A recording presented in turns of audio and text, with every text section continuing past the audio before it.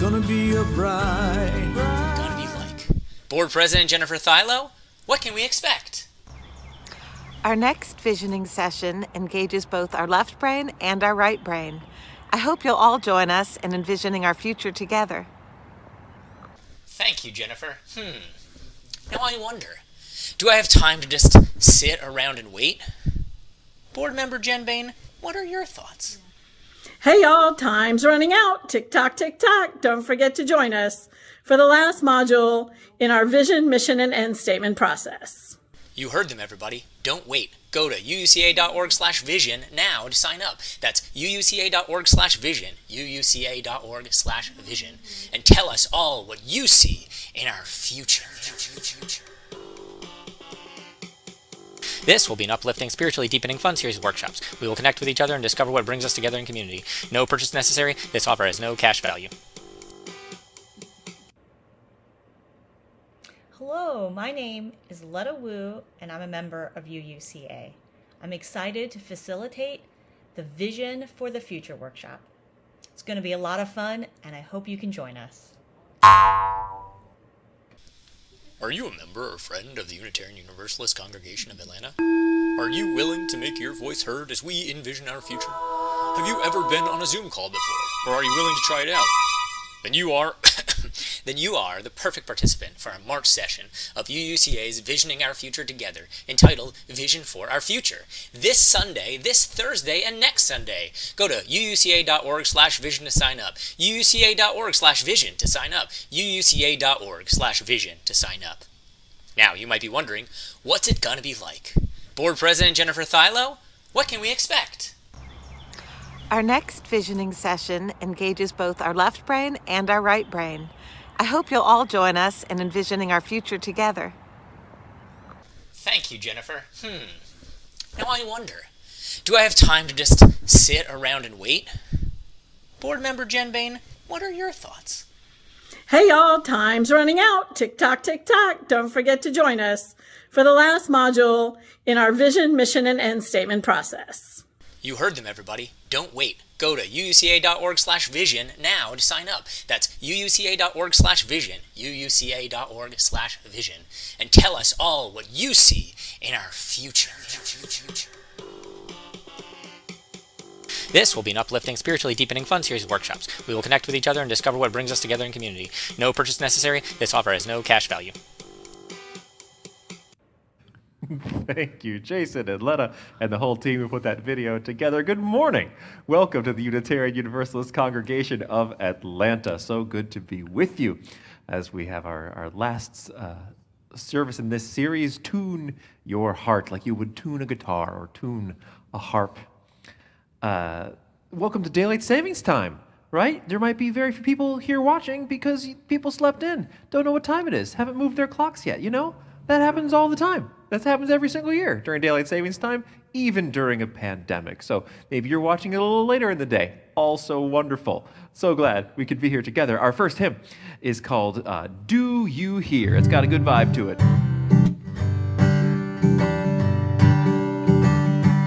Do you hear, oh my friend, in the place where you stand, through the sky, through the land?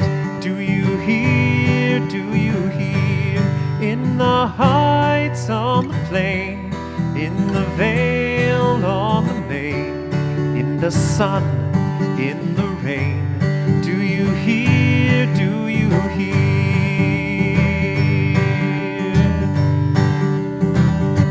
Through the roar, through the rush, through the throng, through the crush, do you hear in the hush of your soul, hear the cry, fear won't still, hear the heart's call to will, hear a sigh's startling trill in your soul,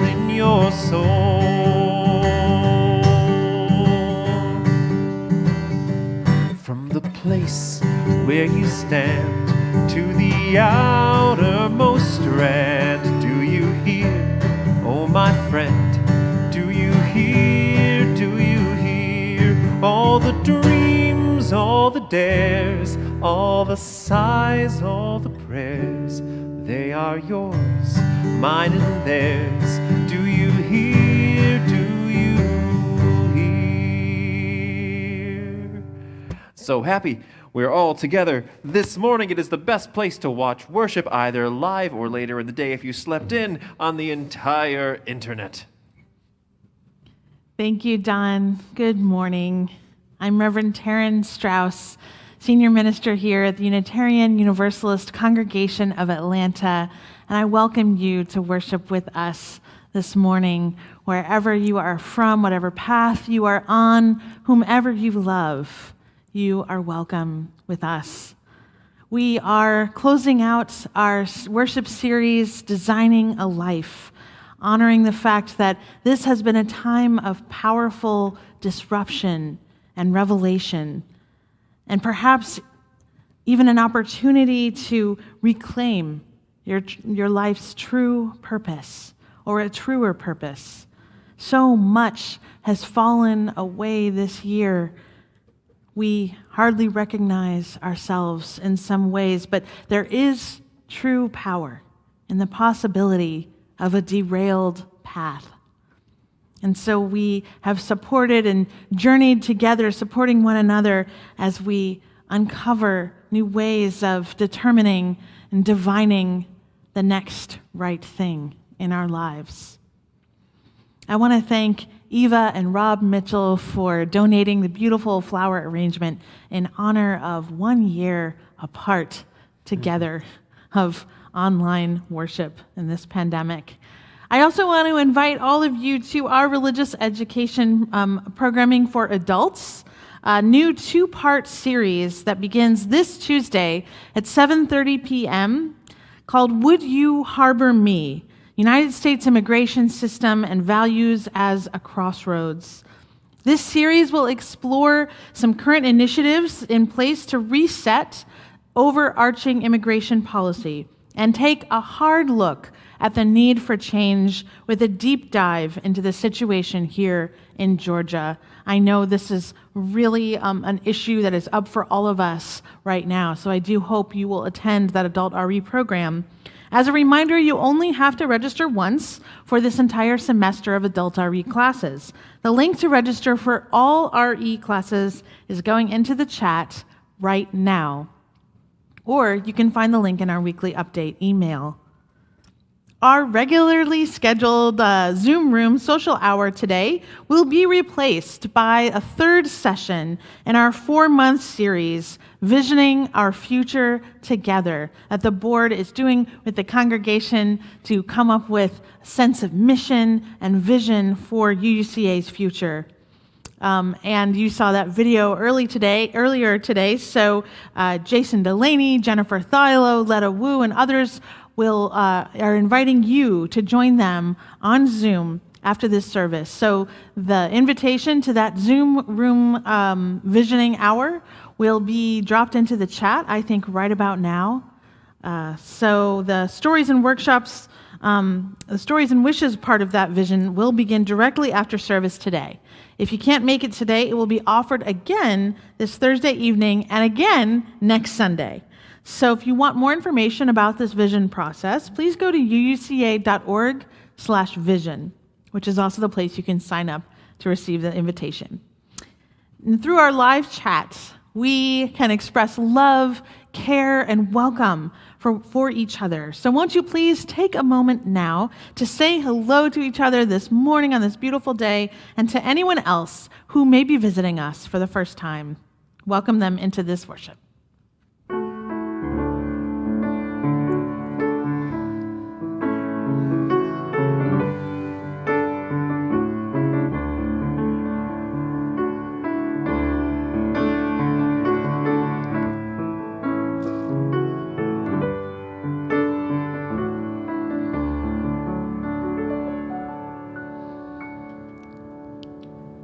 Once again, we are so glad you have chosen to come to service with us this morning.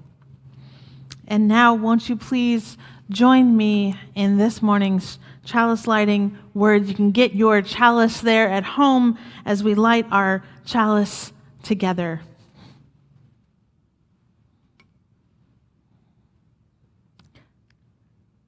May the light of this flame illuminate our tradition of seeking, ignite all who yearn for acceptance, and ignite our passion for justice and peace.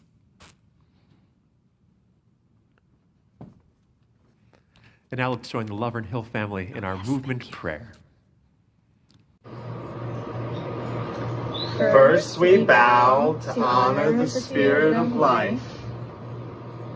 We lift our arms and embrace the gifts of spirit. We bring the gifts unto ourselves with gratitude and breathe and smile. We share the gifts with the world. We remember to be present. Honor, embrace, gratitude, share, be present.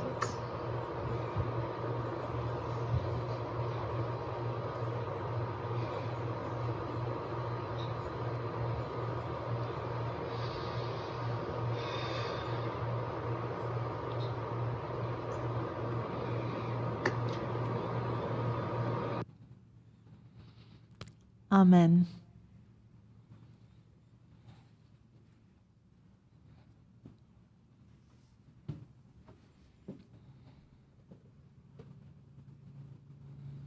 Ring the bell.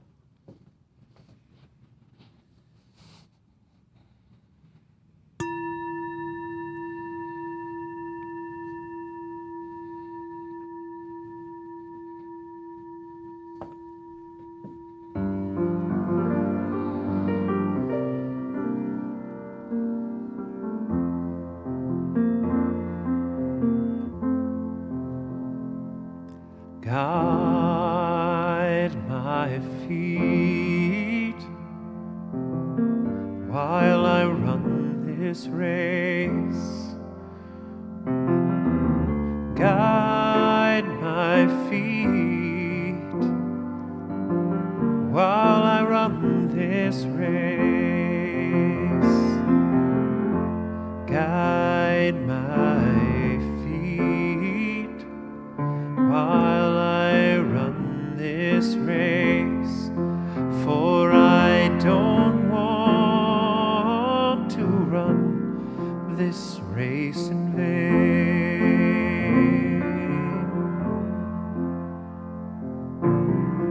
Hold my hand while I run this race.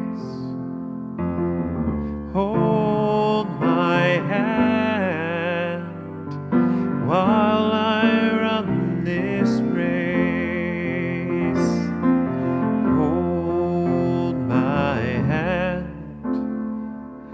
while I run this race, for I don't want to run this race in vain.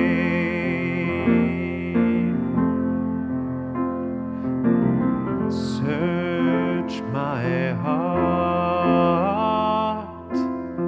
while I run this race. Search my heart while I run this race. Search my heart while I run this race, for I don't want to run this race in vain.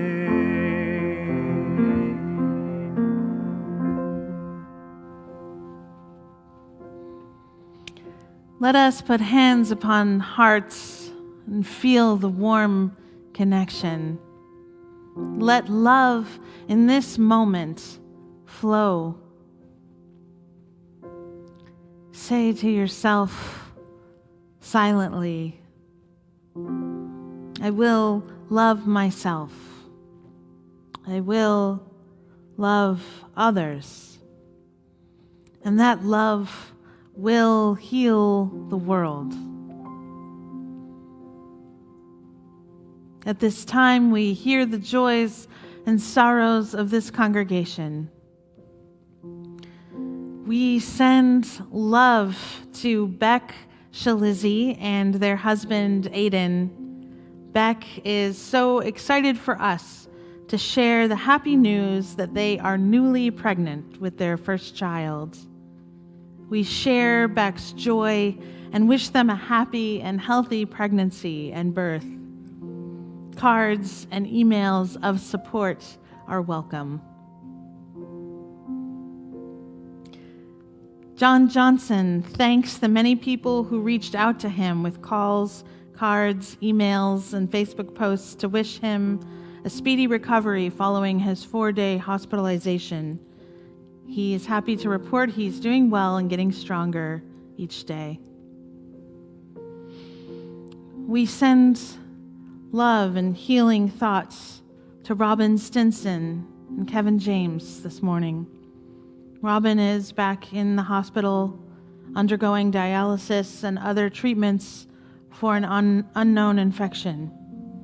This is a especially difficult time for Kevin, as Robin has no hospital visits are allowed. Cards, emails, phone calls to Kevin are welcome at this time. We hold in our hearts all people who are struggling today, struggling with loneliness, grief, loss, or illness across the world. May all beings find connection. May all people find comfort. May all of us find more ways to be more loving to one another. You are invited to say the names of people you are holding in your heart this morning. Someone who could use a little extra loving energy coming their way. Please write their names into the live chat or speak their names into this holy moment now.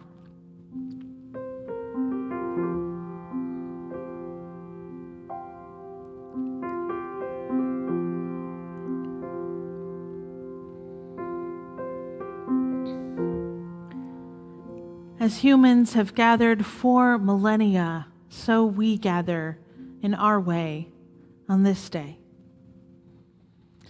To gently surrender to something beyond ourselves, to humbly acknowledge our mistakes, to ask forgiveness, to seek hope and renewal, to honor the earth that supports and sustains life, to remember that all beings are inextricably and mysteriously connected, and to feel that connection.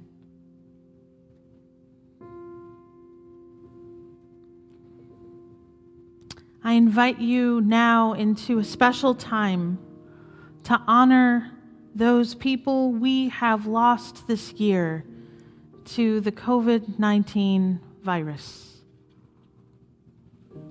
Behind the bright spark of our own survival, we cast the shadow of those who did not survive the year and who did not receive memorials they deserved. Please join me now in a litany of remembrance. To our heroes, talented leaders, musicians, artists, athletes who we love, who inspired us, we say, you are precious and we miss you. Please join me in saying that now, wherever you are. You are precious and we miss you. To our grandparents, grandmothers, and grandfathers who had to be all alone in their final moments of life. We say, your lives are precious, and we miss you.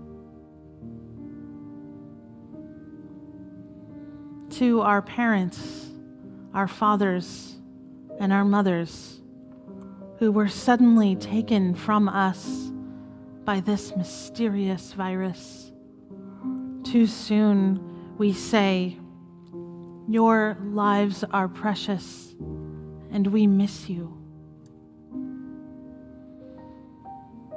To our extended family of aunts, uncles, cousins, who did not live to see this pandemic's end, we say, your lives are precious, and we miss you.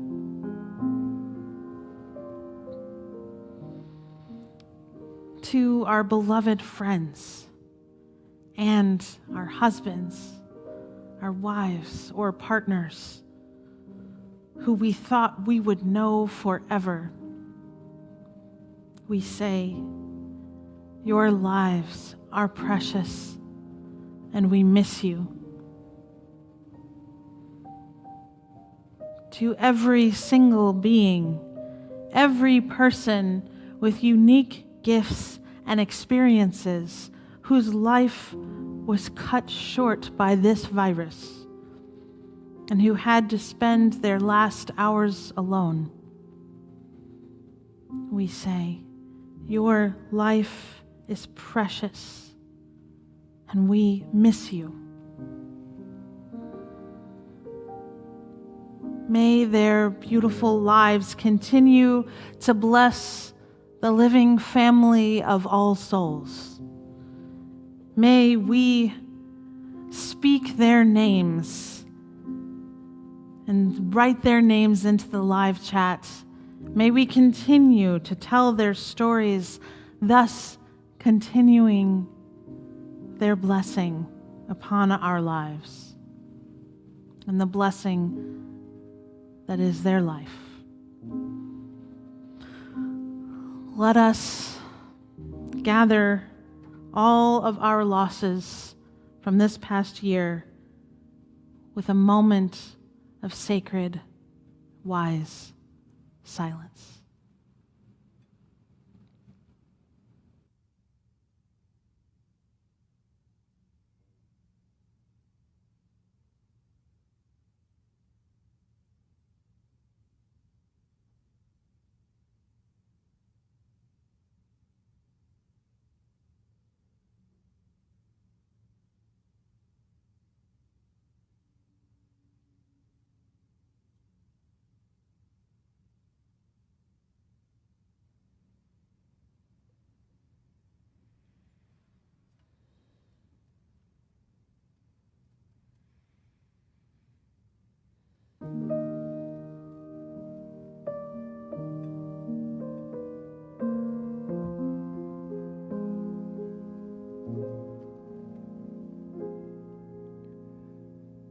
I'll be seeing you in all the old familiar places that this heart of mine embraces all day through.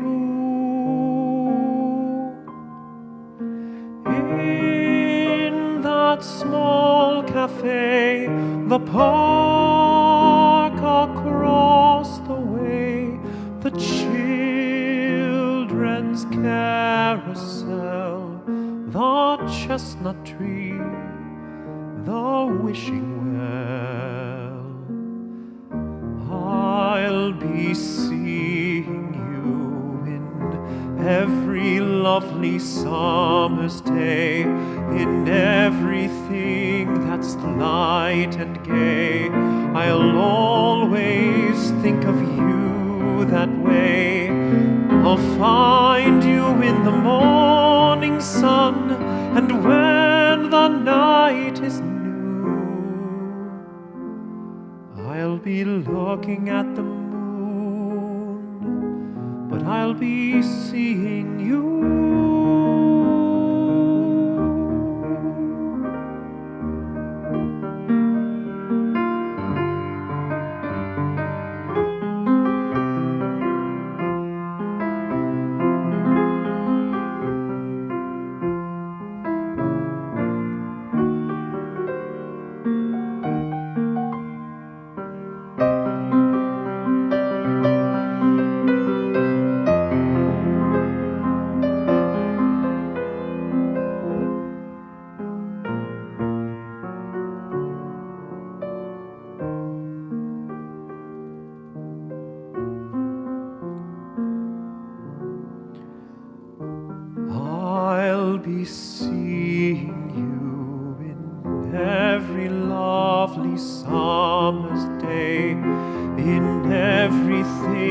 us light and gay. I'll always think of you that way. I'll find you in the morning sun, and when the night is new, I'll be looking at the moon, but I'll be seeing you.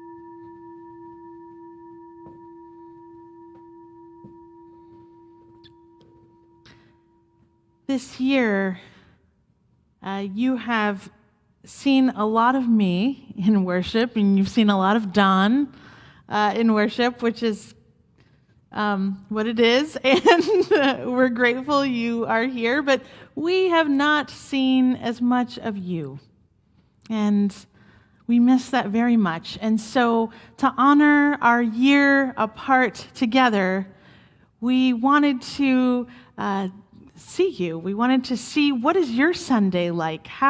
What is your setup for how you come to worship? What do you wear? What do you eat? What room are you in? And so we invited some of you to share with us what happens in your life on Sunday mornings. How do you come to worship at UUCA? Thank you especially to all of those who participated, but especially to Bryce Thomason and Laura Beth Brown for helping to put this together.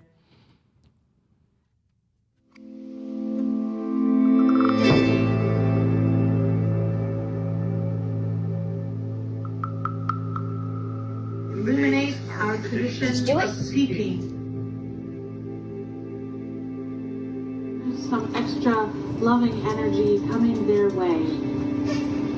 You may write their names into the live chat or speak their names. Oh, she's showing pictures. That's different. All right. Wait, oh no, she does. That is. What are you guys doing?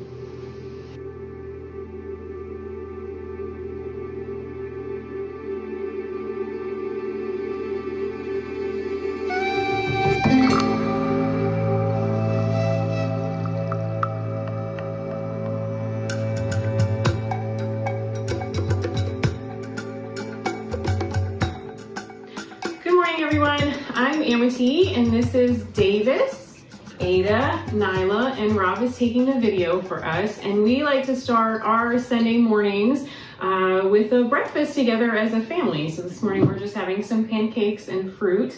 And having a leisurely breakfast on Sunday morning is definitely not something that we were able to do pre-COVID, as we were always rushing to get to service on time, or maybe even a little late. So I used to eat breakfast in the car on the way there. So it's really nice to be able to share breakfast together as a family. So after breakfast, we get dressed and we come upstairs to our guest room / office / storage space. And this is where we join in for family chapel or for Davis's RE classes. So we've got the computer set up here, and then we've got, our homemade chalice that Davis made with our plastic candle, because we are not ready for fire at our house just yet. We are people of open minds. We are people of loving hearts. We are people of helping hands. Amen. Blessed be. After RE is over, Rob takes the 2 younger kids outside so that Nyla and I can watch services together on the TV in the living room. I also like to multitask, so I will sit here and fold laundry during service, which is obviously not something I could do pre-COVID, but also not something that I think I want to call a blessing. So we will spend the rest of the next hour sitting here enjoying service and also folding some laundry. All right, so here we are, ready for the service to start. And what's different about doing this at home? Well, the way I dress, I dress very comfortably at home, but I have my slippers on. Yeah. How about you? Oh, and jeans. I don't think I've ever worn jeans to church. And I have sweatpants on, of course. I mean, because this house is freezing. It's actually not. So this is family chapel this morning.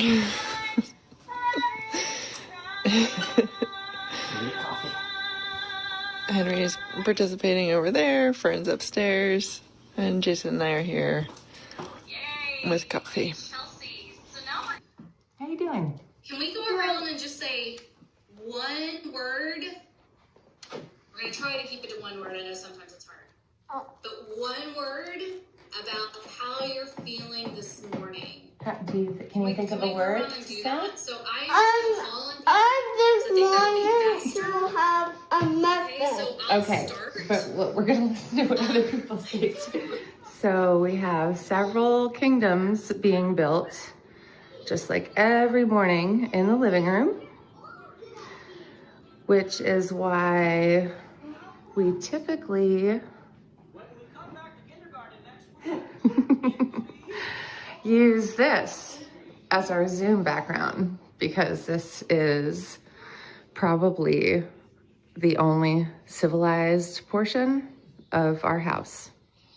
So Ellis lost interest in family chapel this morning, but I am actually really quite into it. So I'm sitting here just listening to a children's story by myself. Usually during the service, Mark and Ellis will start making pancakes at one point. Thank you. And Mark has become the pancake master. Can I talk a little? Yes, and Ellis is also the pancake master. Ellis is a big help. Good morning, everybody. This is Kay and John Johnson, and this little guy is Augie. Kay's lighting the candle, the chalice, for today's service. I guess I just want to tell you that you're doing a great job. You're doing great. You are getting through this moment, this time, with such creativity. Let's see, what else is different? We don't have to drive. We don't have to worry about having gas in the car. Right. And we don't have to wear masks. Yeah, our car is getting lonely, actually. Yes. So it's kind of nice to watch church on YouTube. Yeah. I just miss seeing people, though. I miss the social hall. I miss the coffee. Yeah. But it's better than not having church. I mean, lots of people I see only at church, ever. And I miss them. Yeah. Zoom's okay. But anyway, all right. Let's see. Make sure we're ready. We have the chalice. Oh, I don't have a lighter. Just a minute. Let me get the lighter. Good morning. Good to be here on a Sunday morning with you all and share a little bit of my Sunday morning service. You can hear the music maybe in the background here. I'm going to put it on mute as I sit in my kitchen with my computer, my messy kitchen, with my computer at hand. This is my morning ritual. So I've been up for hours. And by 11 o'clock, I've had some coffee, but my coffee pot is very close to my computer, which I have here, along with a notebook. So through the pandemic, you know, it's been interesting. Gardening, walking with friends. Very grateful for the UUCA community. Been a lot of contemplation, prioritization. One thing I've done, and this is thanks to Lisa Guyton, is I'm going to show you my very messy watercolor table. Here's my watercolors, and I've done some watercolor teaching myself, and then Lisa Guyton from UUCA has also teaching a class, which has been wonderful. And things like that have really helped me through this pandemic. I've never been a puzzler, so I will show you a puzzle. Let me turn the light on here, that I've been doing.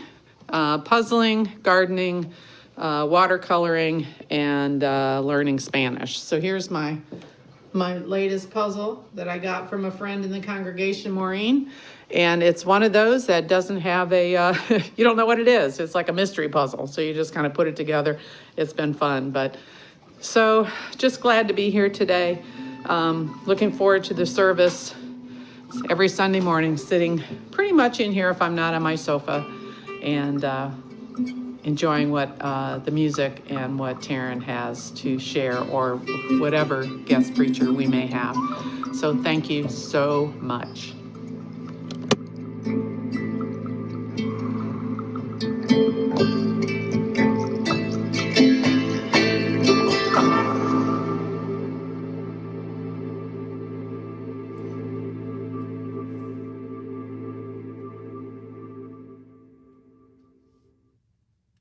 On January 5th, 2018, something really momentous happened in my life. Something that I wasn't sure was ever going to come to pass or even be allowed to happen. On January 5th, 2018, I both spiritually and legally married the love of my life. And here we are in Colorado. Here I am with much shorter hair, and here is my amazing, loving, and supporting husband. And so our ceremony was really short and sweet.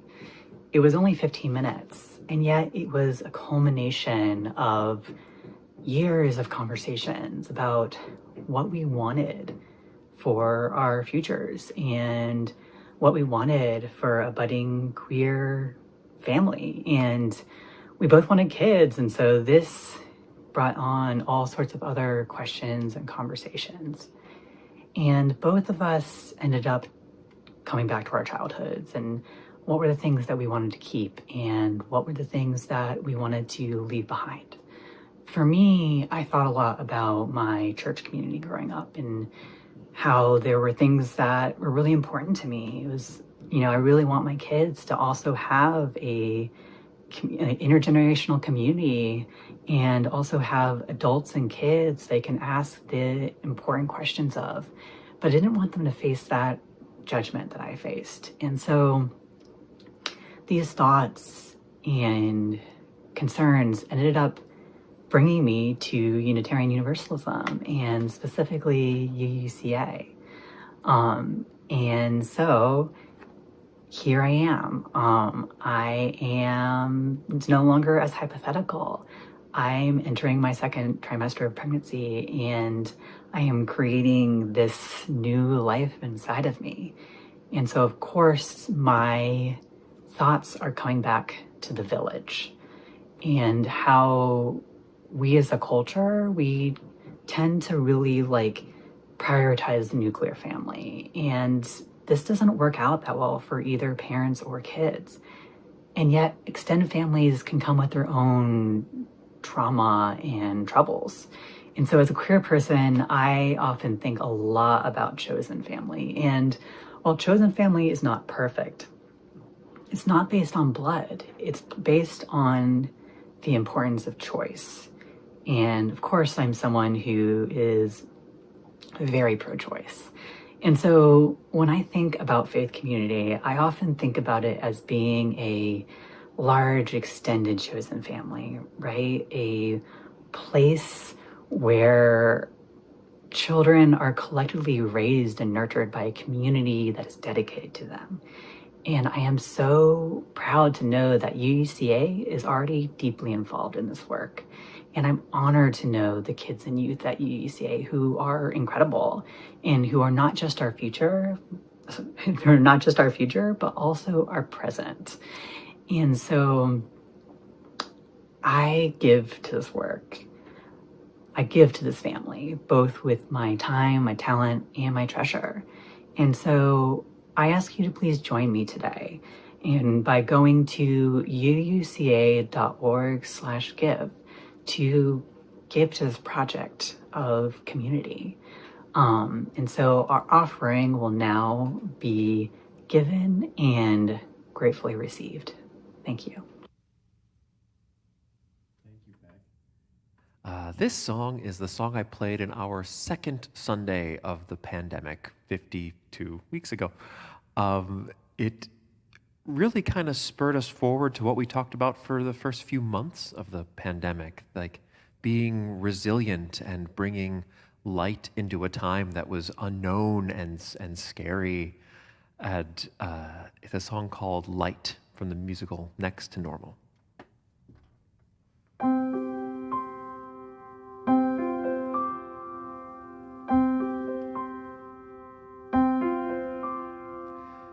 We need some light. First of all, we need some light. You can't sit here in the dark and all alone. It's a sorry sight. It's just you and me. We'll make it through, you'll see.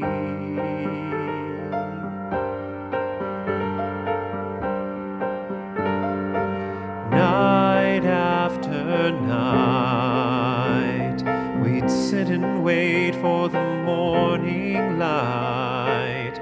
But we've waited for so long for all that's wrong to be made right. Day after day, wishing all our cares away, trying to fight the things we feel, but some hurts never heal.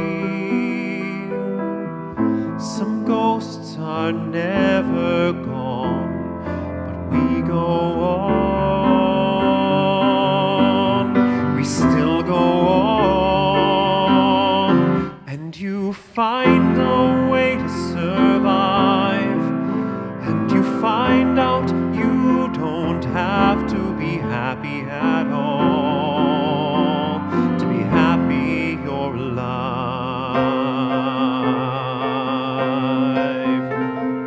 Day after day, give me clouds and rain and gray. Give me pain if that's what's real. It's the price we pay to feel.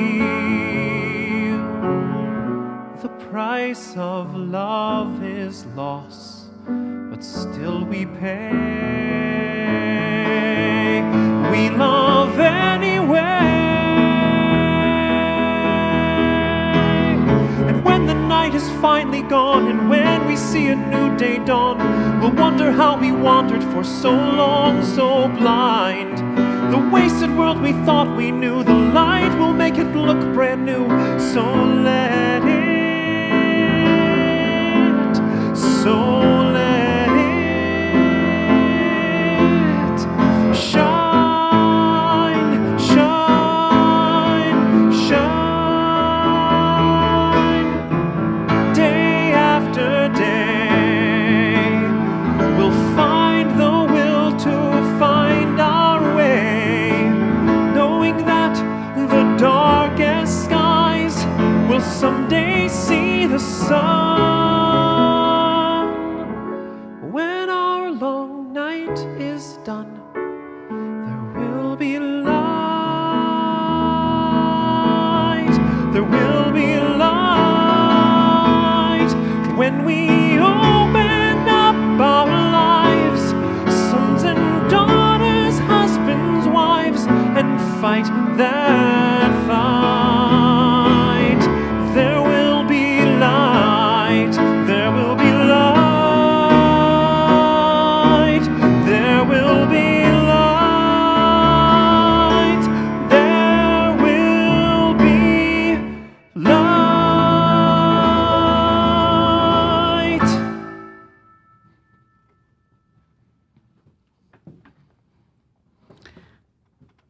I think I remember that. Was that the service Extraordinary Light? I think so. Yes. So that was kind of the first service we designed for the pandemic time together.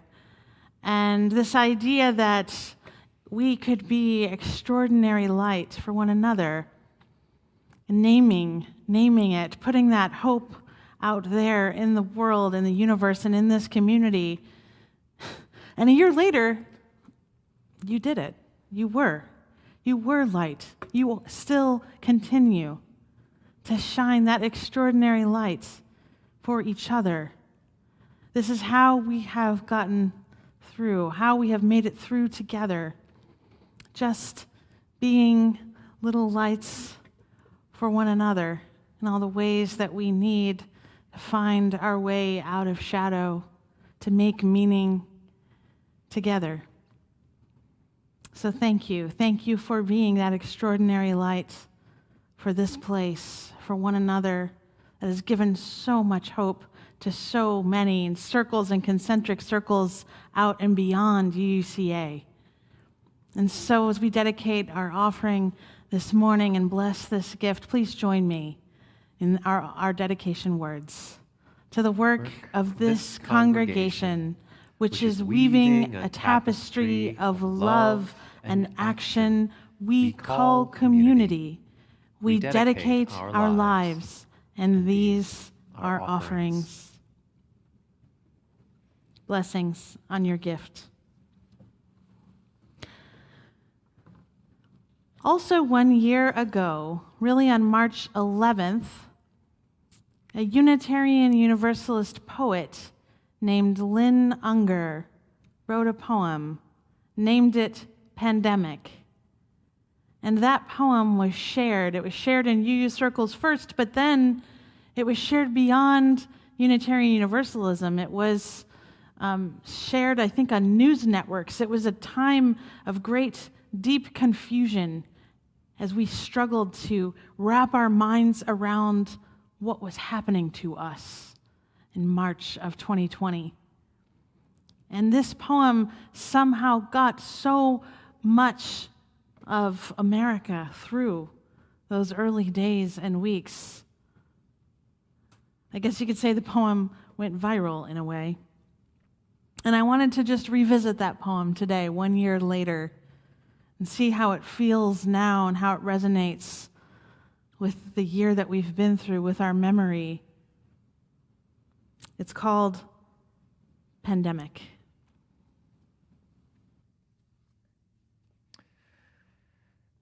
What if you thought of it as the Jews consider the Sabbath, the most sacred of times? Cease from travel, cease from buying and selling, give up, just for now, on trying to make the world different than it is. Sing, pray, touch only those to whom you commit your life. Center down. And when your body has become still, reach out with your heart. Know that we are connected in ways that are terrifying and beautiful. You could hardly deny it now. Know that our lives are in one another's hands. Surely that has come clear. Do not reach out your hands, reach out your heart, reach out your words, reach out all the tendrils of compassion that move invisibly where we cannot touch. Promise this world your love, for better or for worse, in sickness and in health, as long as we all shall live.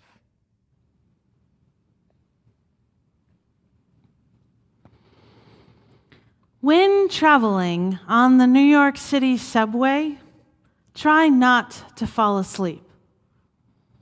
It only happened to me once, and once was enough. This was a time in my life of deep ambition and extreme production. You see, I lived in South Brooklyn down here. I worked on the Upper East Side of Manhattan up here. I attended classes on the Upper West Side of Manhattan over here. So this is the route I traveled every day. I was cramming 5 years worth of effort into 3 years because at that time I had a very clear purpose, and I was there to fulfill that purpose. There is nothing more terrifying than that jolt awake when you have come to the end of the line. You might as well be a free-floating astronaut in space.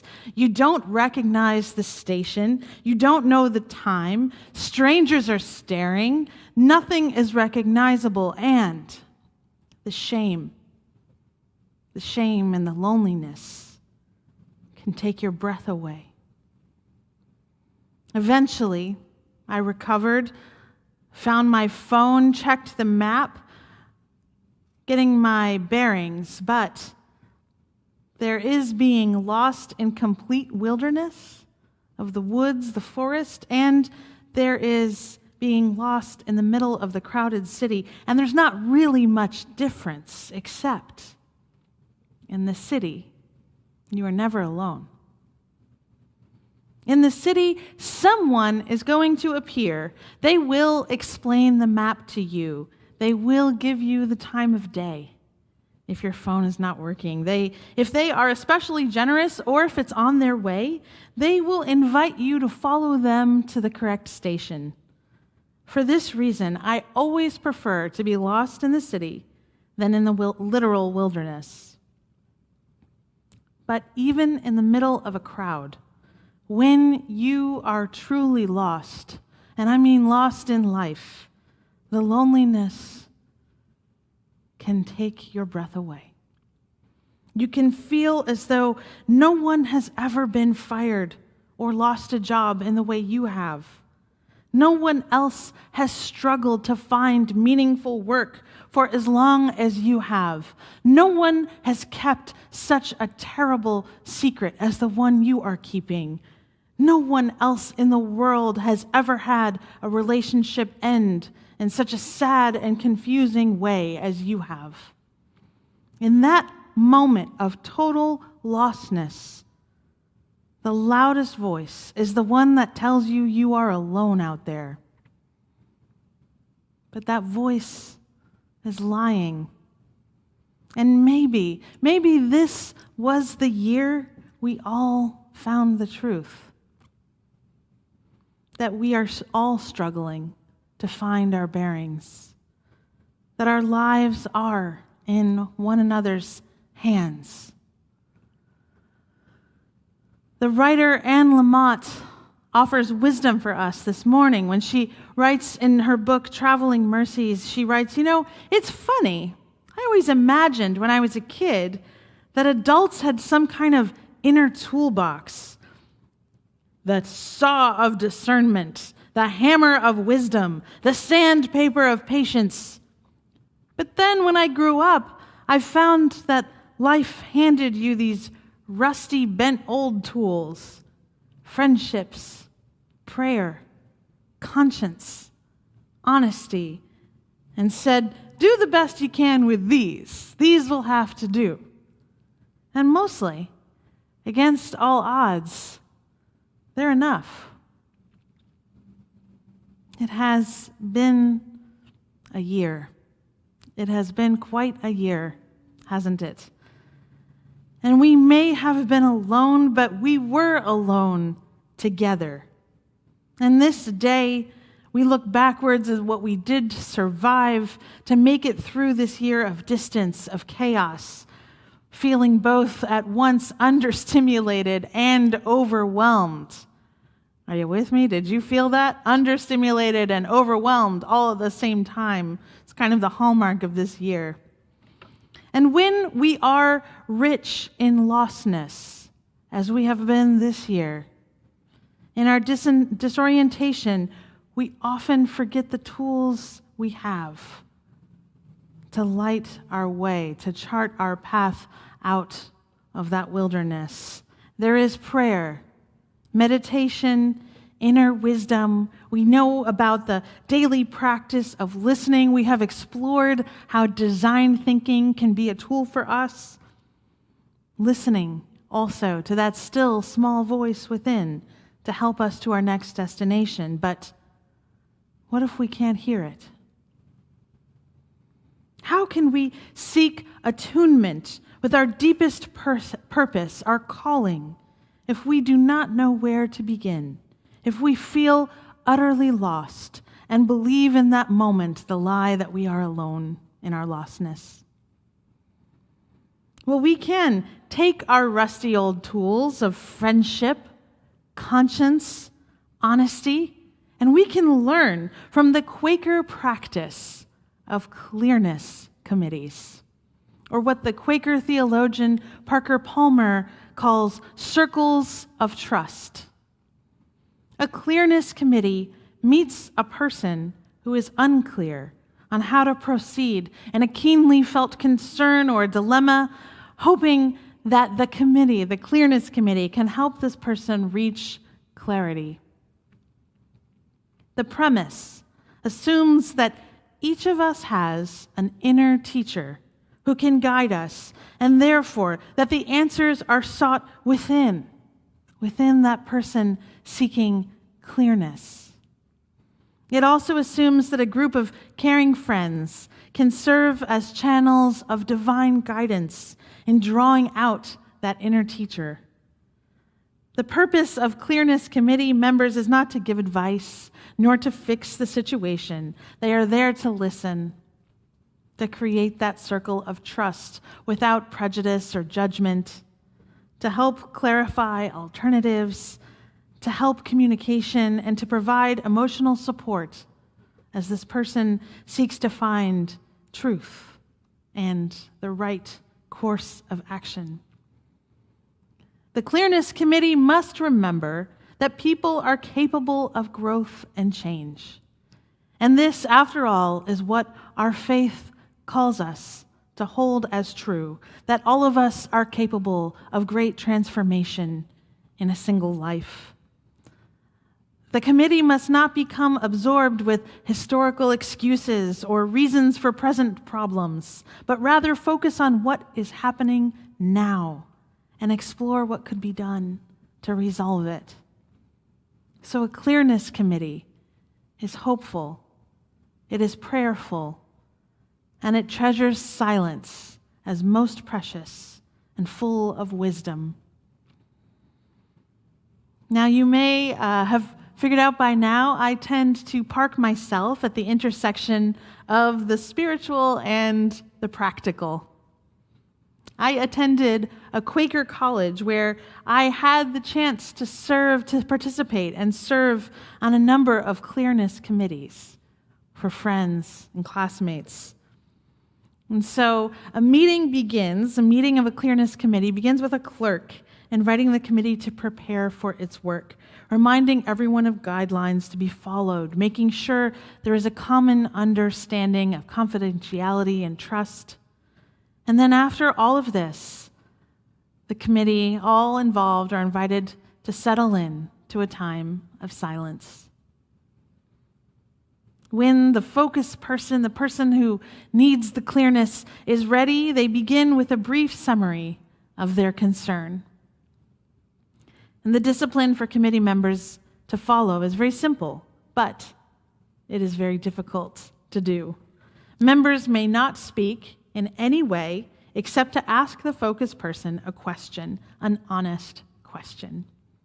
That means no presenting solutions, no advice, no why don't you, or my uncle had the same problem and he fill in the blank, or I know a good book, diet, therapist that would help you a lot. No, nothing is allowed except honest, probing, caring questions. And it is crucial that these questions be asked not for the sake of the questioner's curiosity, but for the sake of the focused person's clarity. Caring, not curiosity, is the rule for questioners.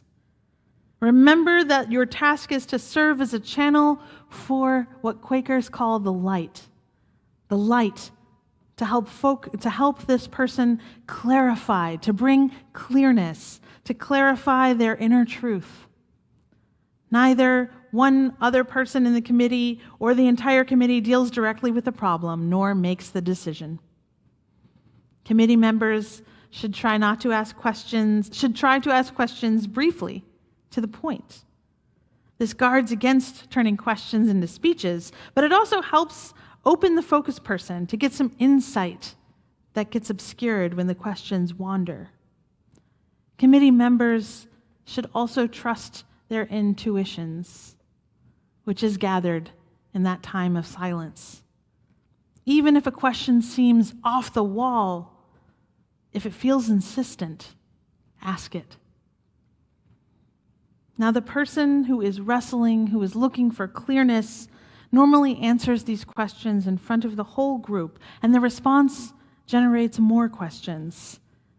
This is sacred, prayerful, loving practice, and this is something we can do for one another in community. I've never done a clearness committee. I've never served on a clearness committee on Zoom, but I do believe it is possible.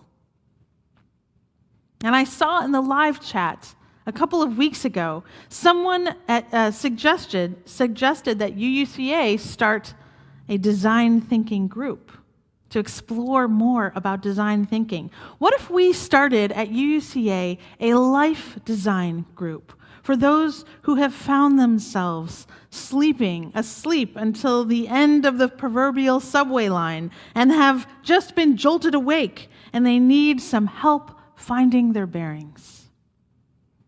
So many of us have been there this year, especially.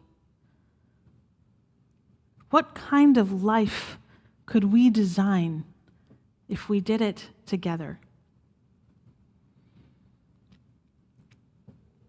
Anne Lamott says this: most of the people I know who have what I want, which is to say purpose, heart, balance, gratitude, joy, well, these are people with a deep sense of spirituality. They are people in community who pray, who practice their faith. They are Buddhists, Jews, Christians, people banding together to work on themselves and work for justice. They follow a brighter light than just the glimmer of their own candle. They are a part of something beautiful. Well, we at UUCA, we are a part of something beautiful. In our lostness, in our times of stuckness, we are a fount of inspiration for one another. We are designing our lives every moment.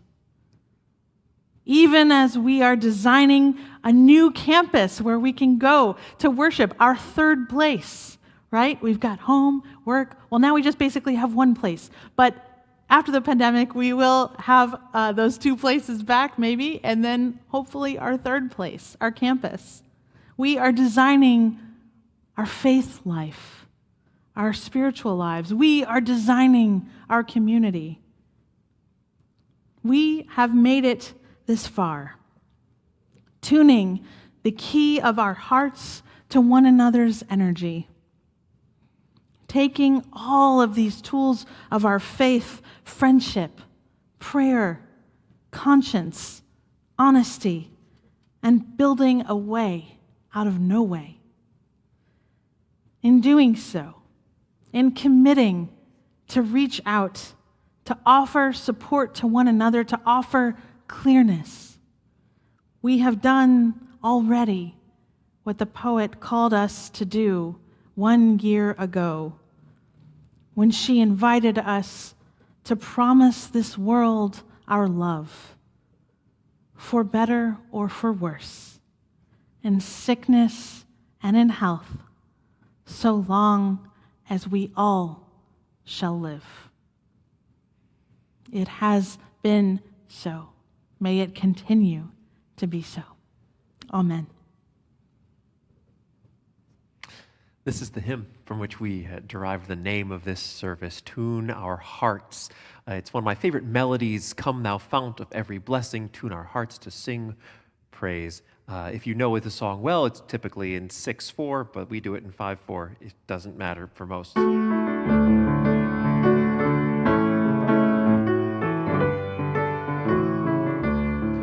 Come, thou fount of every blessing, tune our hearts to sing thy grace. Streams of mercy never ceasing, call for songs of loudest praise, while Now the hope of life's perfection fills our hearts with joy and love. Teach us ever to be faithful. May we still thy goodness prove.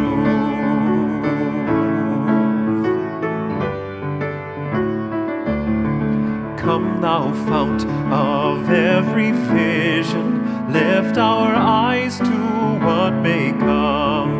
See the lion and the young lamb dwell together in thy home. Hear the cries of war fall silent. Feel our love glow like the sun. When we all serve one another, then our heaven is begun.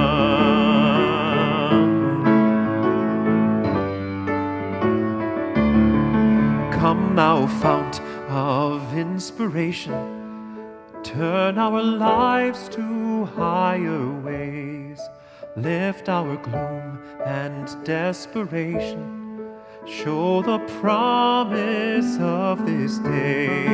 Help us bind ourselves in union. Help our hands tell of our love. With thine aid, O fount of justice, earth be fair as heaven above.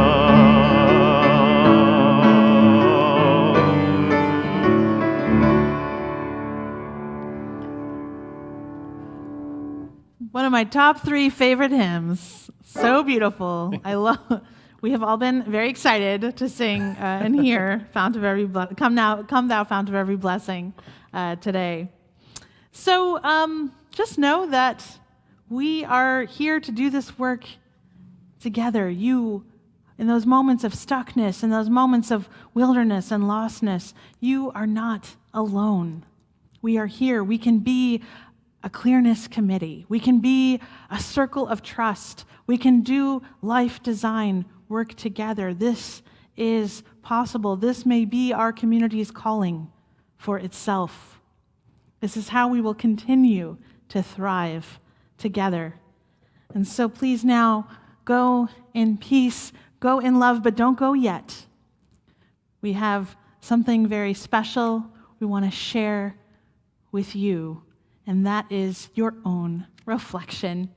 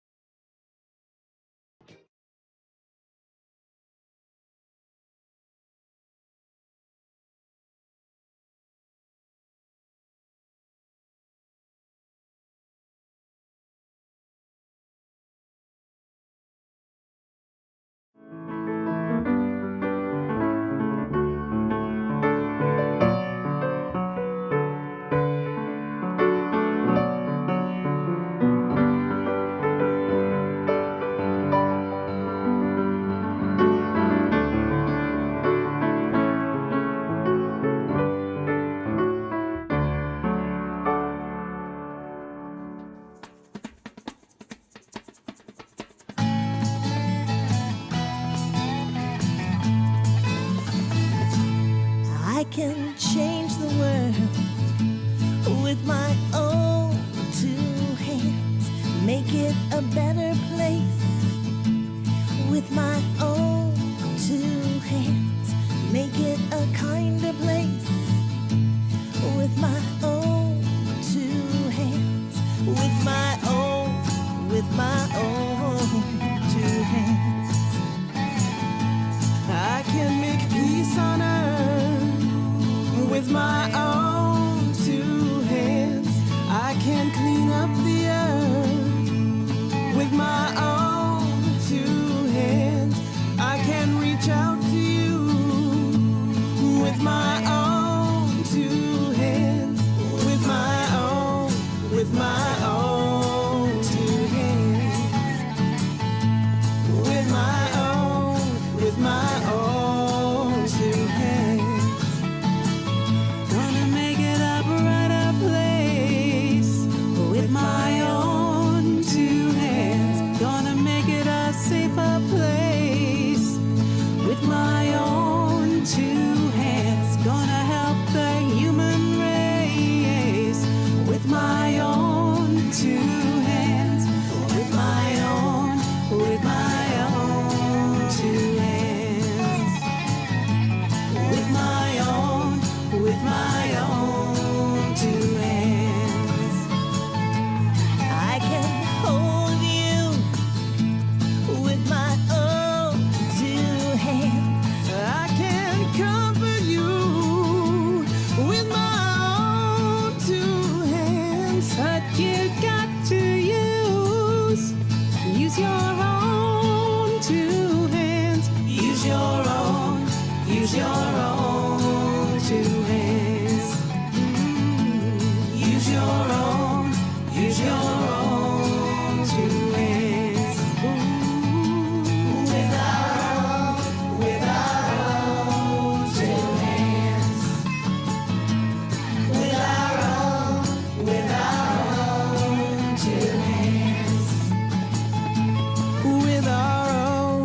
With our own two hands.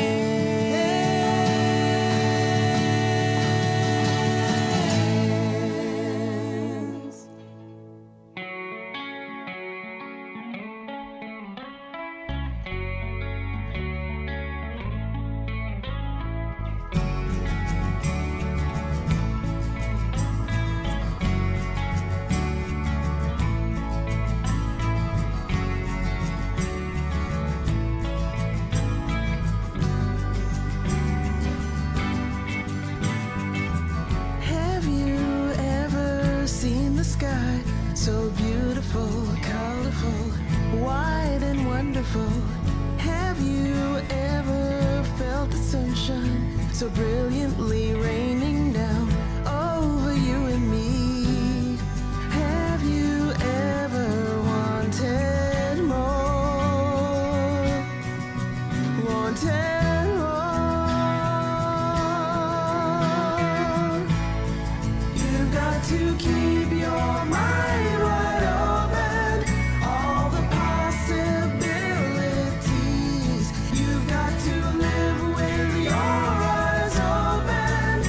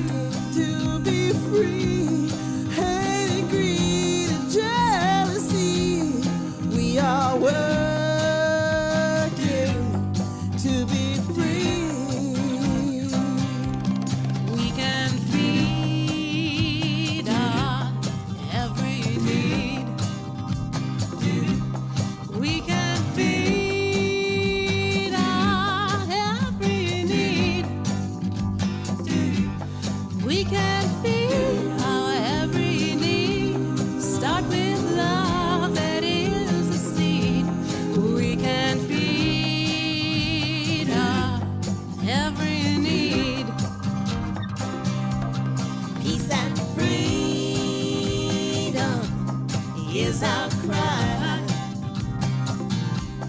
Peace and freedom is our cry.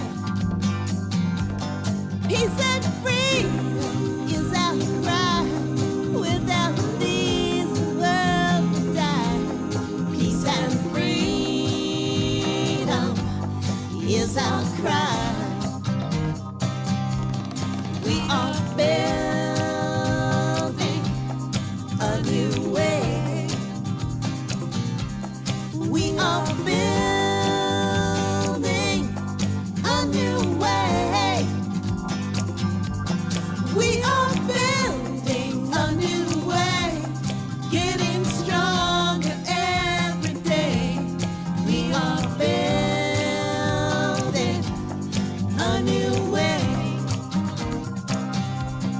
We are building a new way, getting stronger every day.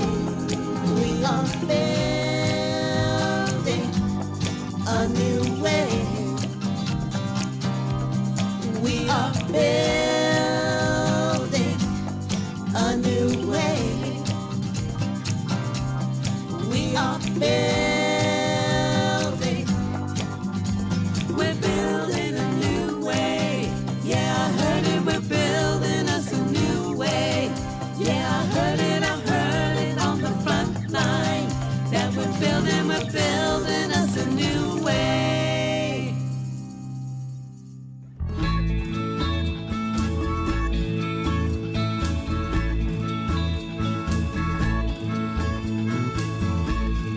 I can see clearly now, the rain is gone. I can see all obstacles in my way. Gone are the dark clouds that had me blind.